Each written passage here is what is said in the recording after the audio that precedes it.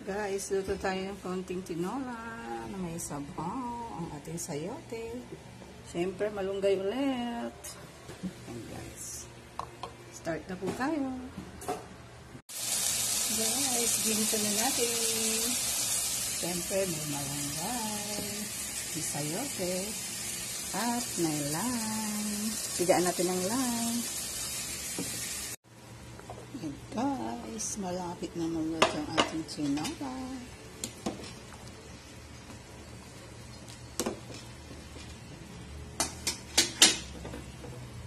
Okay.